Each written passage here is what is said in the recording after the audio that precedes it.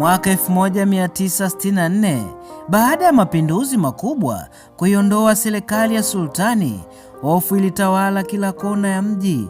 Katika viwanja vya Maisara huko Zanzibar, wananchi walikusanyika maelfu kwa maelfu kusikiliza hukumu nzito iliyosomwa na Abeid Amani Karume dhidi ya watu waliotuhumiwa kuwa wahaini wa serikali ya mapinduzi.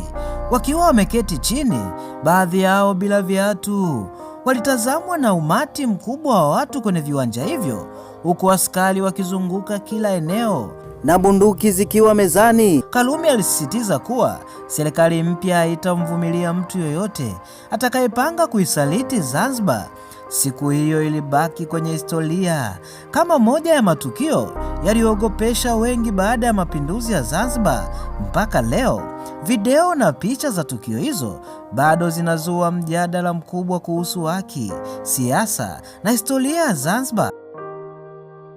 Swali ni hili, je, unadhani hukumu hizo zilikuwa na haki au ziliongozwa na hofu ya kipindi hicho?